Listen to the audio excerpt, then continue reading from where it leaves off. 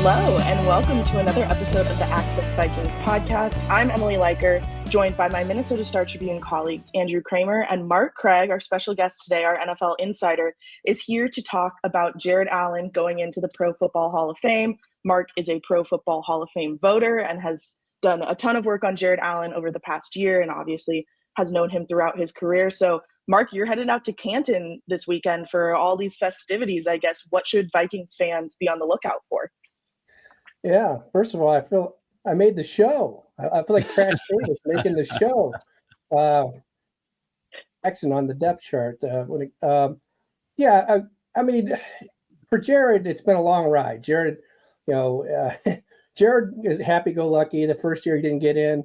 That's okay. Second year, third year, then when Dwight Freeney goes in last year, Jared was pissed, and I don't blame him. And pissed at everybody, pissed at me. But he gets in this year. They changed the voting rules this year, where it's a little bit harder to get in. This is the smallest class in 20 years. There's only 4 guys going in, and Jared was one of them. And well deserved. He's as Jared said, because Chris Carter was also a larger than life personality. Wasn't happy that it took him a while to get in.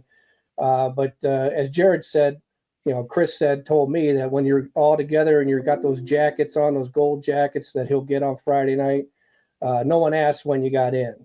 Maybe T.O. does. Terrell Owens, he boycotted it, but a few years back. But well deserved. He was one of the all-time best edge rushers. But he also played. People forget that he played on a lot of 5-6 top 10 run defenses. Leslie Frazier played a big role in helping me 300 more tackles than Dwight Freeney did in 4 fewer seasons. So he was an all-time great, and it's good to see him getting in. And just where's his head at? Oh, Mark, I wanted to ask you, because you've talked to Jared so much over this entire process. Where is his head at? Has he gotten to the point where he doesn't care about when he got in? Has that hit him? Oh yeah. When he got in, whenever he got in, he was, even, and I kept telling him this. I said, because he was like, at some point he was just like, like a lot of these guys, not just Jared, I'll just take my name off the list, and. But when he got in, he was like, it's almost like when you play golf, and it's like the heart is or what they say in baseball, the heart is what makes it fun, and it's supposed to be hard to get into. And he's elated. He's was talking to him. He was out at Lake Tahoe, and kind of the calm before the storm, because the way it is now, they really stretch this thing out, and they come in on probably Wednesday night. There's a lot of festivities, parades, and everything. And Jared's not a big, crowd guy, so he's like, "Yeah, I'll make it through it." So, but he wanted to calm before the storm, so he had some fun in Tahoe, and he's ready to go. Jared's not a crowds guy. I would have taken him for a guy who would have loved to have been out in front of the crowd. Yeah, well, I shouldn't say. I mean, I guess Jared always presents himself as a he is a crowd pleaser. Let's put it that way. But he's more like when you talk to him about New Orleans, he hates New Orleans for a couple of reasons. One, they almost made the Super Bowl and got beat in New Orleans. But he sort of, there's a part of Jared that likes to be on the ranch or be on somewhere where he's not not a lot of people. I know Vikings fans are obviously the most curious about Jared and excited for Jared, but can you tell us a little bit about the rest of this Hall of Fame class, Mark, and who got in this year and why maybe you voted for them or not? Antonio Gates, a lot of people thought that Antonio Gates last year, would have been a shoe-in first-year guy. There was, it did come up, I can't give details, but it came up, the PED use sort of kept him from being a first, because numbers-wise, he was, as good as they come when it comes to that. Pay a little bit of payment for that. Eric Allen, probably a guy that has been overlooked for a number of years. He's been out. I mean, he's also a guy that had to wait, had to wait longer than Jared Allen. And then Sterling Sharp. I was talking to the Vikings set me up and was talking with a Zoom call with Brett Favre, and Brett was, I said, you're going there to see Jared. He's like, hey, I got two guys, Sterling Sharp, and Sterling Sharp is a guy that's had to wait a long time. He was a senior guy, which is, blows me away when you start seeing who the senior guys are. It's like, wait a minute, that it hasn't been 25 years.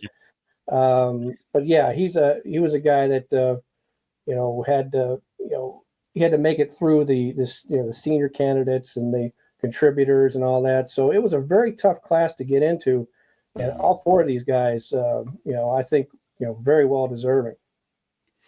Yeah, and with the changes now, Mark, do you think those changes are for the better with the Hall of Fame? There's obviously, everybody's got their opinions about how this process is done, who should be in and who isn't.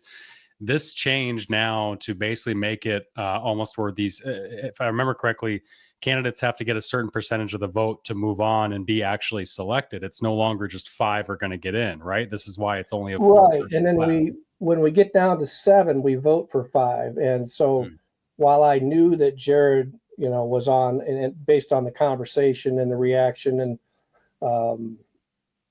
just it felt like but you didn't know, before it was like we got to 5 and then we voted up or down on 5.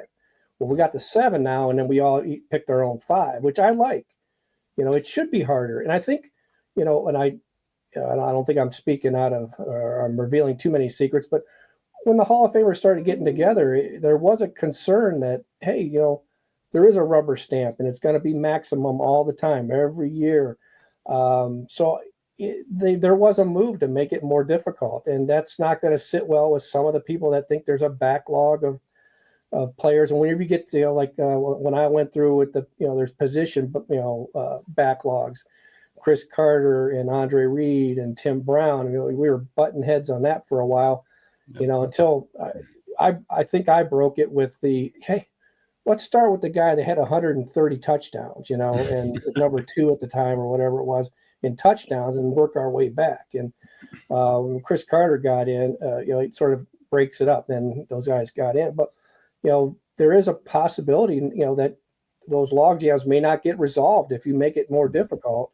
And that's the one thing I do feel bad about is because of the nature of they want to stay in the news. The Hall of Fame wants to stay in the news. So you have these situations where these guys that may not get in, are going to be trotted out in front of the country every single year, and that's been done for several years. I remember back, they took Lynn Swann. Lynn Swann has the record, I think, of 14 or 15 years of going through this.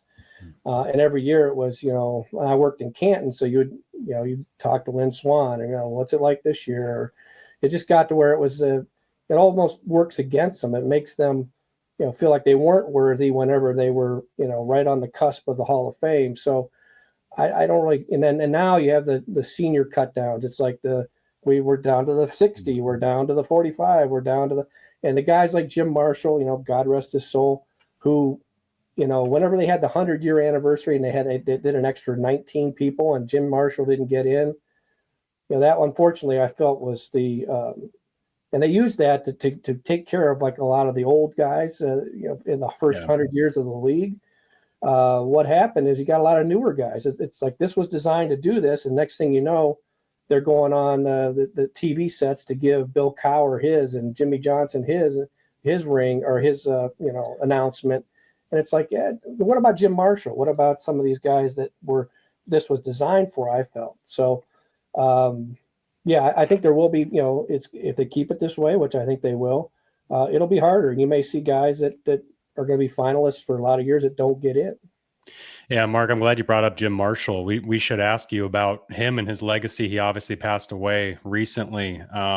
Just what is the biggest legacy he's left? And is it showing that Canton doesn't know what they're talking about, and with him not being in? Yeah, I mean, Jim, and when the Vikings were really pushing, like, how do we get Jim or Mick Tingelhoff or Jim or Marshall in? Well, I'm not on the senior committee, so the senior committee picked Mick Tingelhoff, and I think that's because Mick had the All Pros and all that, and Jim didn't have the All Pros. But Jim, when they were like, how do we get Jim Marshall in? So I said, it's not going to come from me. It's not going to come from Bob Hagan calling around or whatever. It's going to come from Bud Grant, the most no-nonsense guy there is. So I went out and sat with Bud and was talking to him about, him talking to, the selectors and trying, help get Jim over the hump. And he was like, Jim Marshall was the extrovert, leader, and Mick Tingelhoff was the introvert leader. And he said, without those two guys, I would never, he goes, I would have lasted, a year or two, because he came in and some of the stuff that he was doing, they started making fun of him and saying, Mickey Mouse this, Mickey Mouse that. This is a very early part of Bud Grant's career. And so Jim Marshall, Bud won over Jim Marshall, which won over the team. And so then you take that and you go, they end up going to 4 of the first 11 Super Bowls. Now, granted, they didn't win. They didn't play well in those Super Bowls. Had they won one, or Jim would have been in. So it was one of those where he was such a leader. And then obviously I know Favre ended up breaking the Iron Man streak, but my goodness, this guy, the amount of game and sitting and talking to him, it was fun, fascinating guy to talk about all of his interests and everything. And he was going to come back for the 1980 season, but people forget that, or not, older people don't forget, but he built his own plane and he was flying it around somewhere in Bloomington, and it caught one of the lights of a high school football field, and he went down, and he almost died, and he put his arm out. He showed me the big scar where because I put my arm out to brace my fall, because he's in this little aircraft carrier or whatever it was, and he goes, well, obviously he just collapsed his arm, and then and that happened in the summer. He was thinking about coming back for the 80 season, and so then he was hurt and he couldn't come back. So he might have played in another year. He would have played another season. And my first question being, I'm older than you guys, but younger than Jim Marshall, I was like, they let you build your own plane and fly it around? I said, where were the restrictions? That doesn't seem like a good thing that they should let people do. And he's like, oh yeah, we had a lot of fun back then. That's crazy. And I feel like, to take it back to Jared Allen, I know you have several stories coming on him that are going to be on the StarTribune.com, but the one on the budget that caught my eye is the tales of him as a prankster. Is there a good tidbit or prank story that you can share with us? Yeah, I mean, Childress has Chili in his colorful way now. I don't even know if it'll get in the paper, but what the exact quote. But there was a time where it was October, and Childress could feel that the team was tight. And he said Jared was always, and those of us who know Jared, we know how he could break the ice. He could break the tension. He would break the levity. So they're sitting in a meeting room, and Jared comes walking in, and what Childress described as a boy's medium wrestling singlet. And he comes walking in down and sits down with his stuff hanging out. And I asked Jared about it, and Jared goes, I was AC Slater. And I don't know if you guys know the original Saved by the Bell. I actually had to Google it because I forgot. But that was from Saved by the Bell. So everyone starts laughing, and there was one where one of the other stories I highlight was, and I was there for this. It was in Mankato. So, and Leslie Frazier played with one of the craziest, best defense, maybe the best defense in the history of the game. 85 Bears. He was this quiet corner, and they had all these wild characters and just lunatic guys. So someone, I don't know if I was doing it, I asked him a question about, hazing. Do you see hazing anymore? Because, even at that point, this is like a 2011. Even at that point, it was, the most you would see maybe occasionally with, guys carrying, helmets off the field or whatever. Well, Leslie said, no, we really make a point of, no hazing. And, you have to be respectful, and we're all teammates. So we get done and we're talking to Leslie, and we walk out and we turn right and we look up, and there's Jared Allen. Chase Baker was a rookie from Boise State, a defensive tackle. And Jared Allen is duct taping him to the goalpost. And Kevin Williams, a 5-time All-Pro, first team All-Pro, is pouring Pepto-Bismol over his head.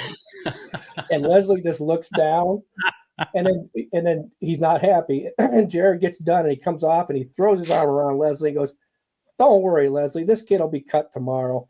And then I asked Jared about it, and I said, Jared, Leslie wasn't very happy. He's like, he's like, yeah, I know, but you puckered teams don't win games. He said you had to be, there had to be some fun, and he also said the kid had a choice. He wouldn't sing his fight song, so he was to blame. So I know some people, editors maybe, will say that that's a story we shouldn't tell now, but we can't whitewash history of the characters of this league. So. It's a good example of how much things have changed, though, because like the other day I asked Ryan Kelly about Donovan Jackson, and he threw in there, he was like, well, he does all the things a rookie should do, like we make him change the snacks and do XYZ, and like that sounds like child's play compared to that. Yeah, changing the snacks is different than getting duct tape to a goal post, I guess. Mark, before we ask you about this current team, who's the next Vikings player that you think is going to get inducted? Is there one worthy that's in the pipeline? Yeah, I mean, Adrian is eligible in 27, I believe. So Adrian is is a first ballot guy. The guy that's right now that's on the docket that really has gotten overlooked is Kevin Williams.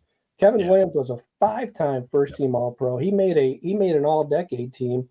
And Jared was 4-time, didn't make an all-decade team. So I was joking with Jared. I said, now that you're in, we're going to be using you against, we're going to be saying, yeah, but he's in. But my God, Kevin Williams deserves to be in over this guy. But I looked at it, and in the history of all-decade teams, and there were all-decade teams back in the 20s and 30s, and I think George Halas picked his own. He was like the all-pro guy at one point, way back. And, Kevin Williams is like one of only one. There's only like one other guy that was 5-time first team all-pro and made an all-decade team and is not in the Hall of Fame. So, and he's never even been a semifinalist. So long story short is Adrian will get in, but I'm hoping that Kevin Williams can be, moved along. I don't quite know what, maybe it's because he had more of them in the beginning of his career because a lot of his all-pros came early, but 5 times is he deserved at least to be in the room so we could discuss it. That's a great point about Kevin. I didn't know he hadn't even been a semifinalist at this point. That's a travesty considering the career that he had. Well, Mark, are we covering currently on this team a Hall of Famer, or how many, I should say, I would assume Justin Jefferson maybe is on that path. Yeah, I mean, Justin, obviously if Justin stopped right now, I don't think he makes it, but he's not going to stop right now. Justin Jefferson has everything. You just watch him, and he's such a treat to watch because it's just like watching an Indy car. There's no wasted movements. There's no. I know everyone's freaking out about his hamstring, but it feels like they've been pretty honest this year about injuries. I mean, Darisaw being out, Darisaw and Will Fries, what they were saying about that is playing out. So I believe him when it's minor. But he's and that was when Andrew, his rookie year when you were looking, and this guy's different. I mean, he's just so smooth, and there's just no wasted movements, and so he's fantastic to watch. Harrison Smith, I've been teasing him for 5 years. I said, just can you win at least another first team All-Pro? He's probably heading for that tweener where he's going to be discussed, and I don't know if he makes it in the room as a finalist, but he does have the one first team All-Pro. He's got, I think, 6 Pro Bowls, which don't carry as much weight. He's got these numbers, that only Hall of Famers have when it comes to sacks and it comes to sacks and interceptions, and the eyeball test. No one's going to laugh at you if you say that Harrison Smith deserves to be at least discussed as a Hall of Famer. That's a good point. Yeah, it is interesting to see because it seems like those safeties, it took Rod Woodson so long to get in. It seems like those safeties are a position where you've got another, I don't know if it's backlog, if you want to call it that or not. But, well, what do you think of the current state of the team, Mark? We've seen now a week or at least a couple days of padded practices, about a week of training camp overall. And it's all been about JJ McCarthy. And now it's about him and not having Justin Jefferson out there currently at practice. Yeah, it's funny because maybe it's because whoever came up with the idea, and Nyla or whoever came up with the idea for us to, who are we looking at besides JJ McCarthy? Because that's kind of where, obviously I'm watching him, but it's to me when I'm out there, I'm looking around, because he's not in any kind of competition. I will say on him, he looks like he can make all the throws. He's in as good a hands as you're ever going to see a first-year starting quarterback from the head coach being, what that guy did with Sam Darnold, to the weapons, to the everything that's around him, to the defense. So I think he's in great hands, and I think he can. I don't think it's too big for him, and I don't think that I think he can make every throw.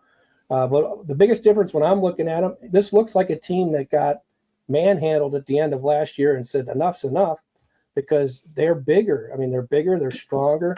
I look at Jonathan Allen there, and I'm like, wow, that's we just haven't seen that in a while. Someone like that, and it looks like I think he's got something left. He's not that old, and I like the fact that they got the Jalen Redmonds of the world and Levi. I'm anxious to see Levi and progress, because we've all liked him, but I think he was just too small. He wasn't NFL strong enough.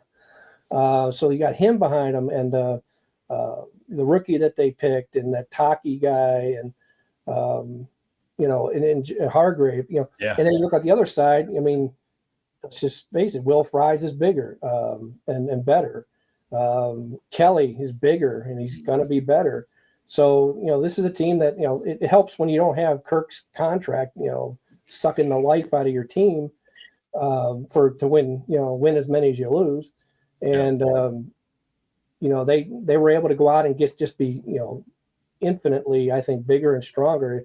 Like Kwesi was saying, we're built to win different fights. Well, to me, they're built now to win a real NFL fight. And those real NFL fights come, when you're playing the Lions in the last week of the regular season, and then you got to go play the Rams, who had a great draft last year, and then just beat the crap out of the Vikings with that draft.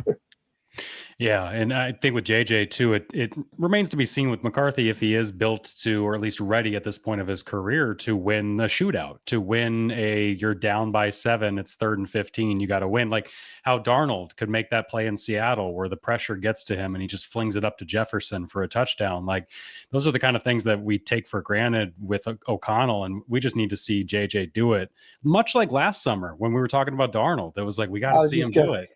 And I was just going to say, is there anybody who thought that, I'll keep my hand down if you thought that was going to happen with Darnold last year? No. I picked him to win six games for basically one reason: Sam Darnold.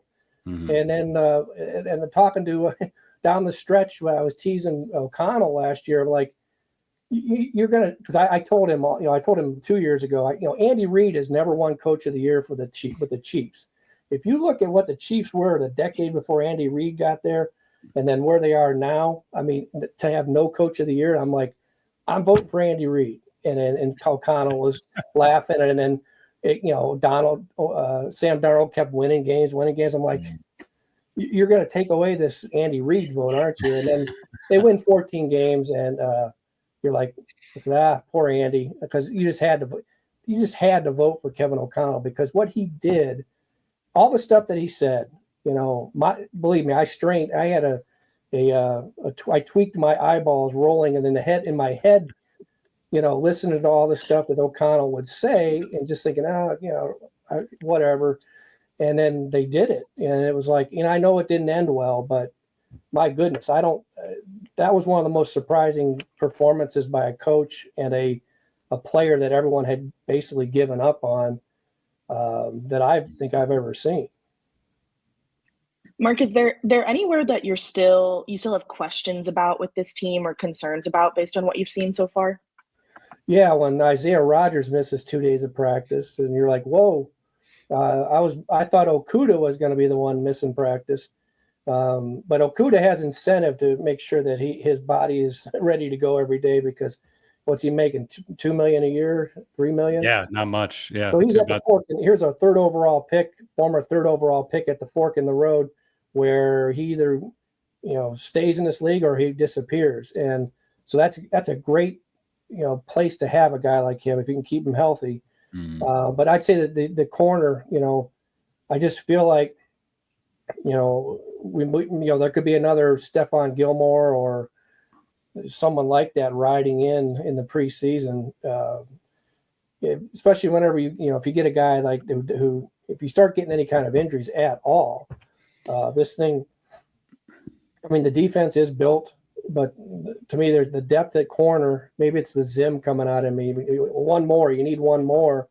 I don't know what you guys feel as far as what the biggest concern is, but to me, it's like, man, do they have enough? Because even as great as Flores is, and as creative as he is, and there's going to be a great pass rush, but man, if you can't cover, it doesn't matter. Yeah, just quickly, I would have to agree with you because this was just the end of last season. We saw Fabian Moreau starting games for them or playing significant roles because Stephon Gilmore strains his hamstring. If you lose one guy, you're going to have to play 4 corners, 5 corners in a given season. And who they've currently got in those spots is Okudah at number 3, it's Mekhi Blackman at number 4, and it's maybe Dwight McGlothern or rookie Zemiah Vaughn at number 5. Emily, it's been at least lacking NFL experience at this point.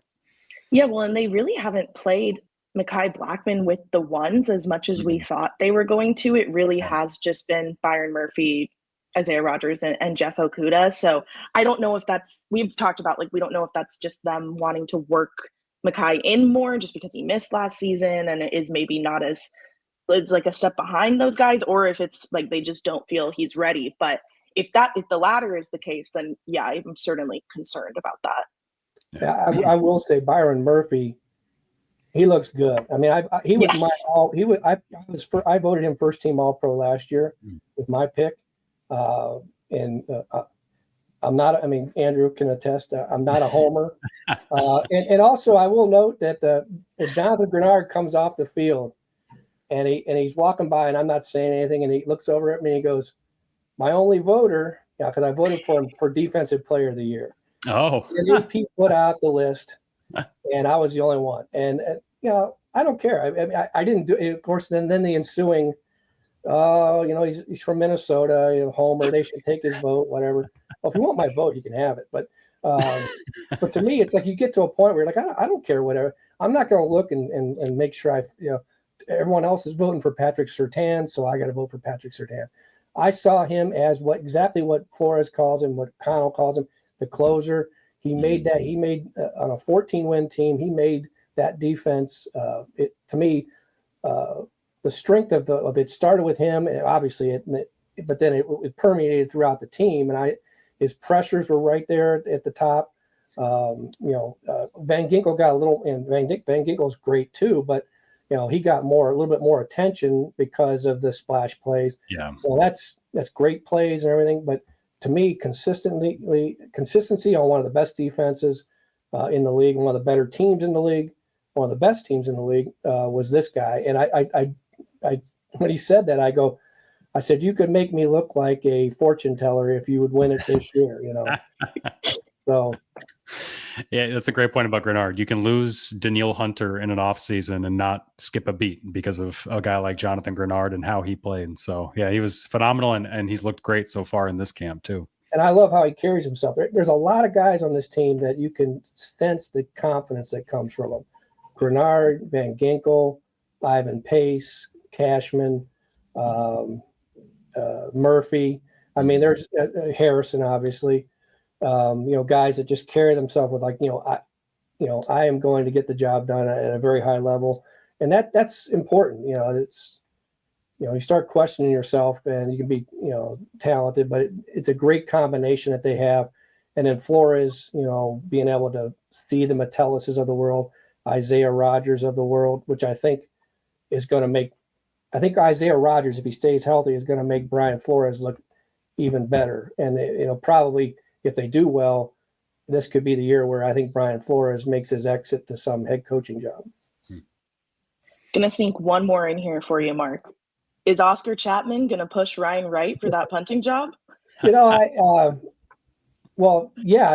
talked to Matt Daniels. I got bonus hat. I was like, Matt Daniels speaks on today, Wednesday. I was like, I really need to talk to him Monday. And so they said, yeah, go ahead and talk to him. So. And I asked him that question. He's like, absolutely. And it didn't sound like just coach speak. It sounded like because then he rattled off, all the benefits of having an Australian rules football player, that, all the different kind of kicks and everything, and how hard it is for returners. The biggest hang up probably would be, would they trust him as being a holder? Because then you disrupt that rotation. But he's not just Sammis Reyes. I love you, Sammy, but he wasn't going to play for this team as a tight end. So it's a little more than the foreign-born, feel-good story. And it was really fun to talk to him about, the first time he ever watched American football and how confused he was, and equally confused to those of us who are old enough to remember when ESPN opened for business in '79. They didn't have any, money. They didn't have any contracts with any baseball, football. So all they would show, the only live programming that ESPN showed was Australian rules football. And so you would sit there, and watch it. You had no idea what was going on, and I told him, I said, I still don't know what's going on. So I talked to him, DePaulo, and he's like, yeah, he goes, Jordan Berry was also from this Pro Kick Australia that, like Oscar, as Hat says, Oscar the Aussie. And he said, yeah, Jordan Berry made me watch a game, and I'm like, why do they do that? Why do they do this? Why do they, So it was a fun story, but ultimately I think that he's here to push, because as we all know, Ryan Wright was outstanding as a rookie. Yeah. And Ryan Wright is like a different kicker, a punter every week now. It's like sometimes he's good, sometimes he's bad, sometimes he's terrible. I don't know what's happened to him, but he forced them to bring someone in, and this is a great move by the Vikings in that it's a roster exempt spot with a legitimate chance, to make the team. Well, Mark, thank you so much for joining us. I promise we will bring you back on more often, so it doesn't feel like such a extended invite. But my audition, right? Yeah, you got the part. Covers. YouTube sensation. I'll be like Justin Bieber. There you go. Topical. Everyone can read Mark's stories on Jared Allen and other coverage from Canton this weekend, plus that story on Oscar Chapman on StarTribune.com. I'm sure several of them will be in print as well, so be on the lookout for that, and we will be chatting with you all again soon.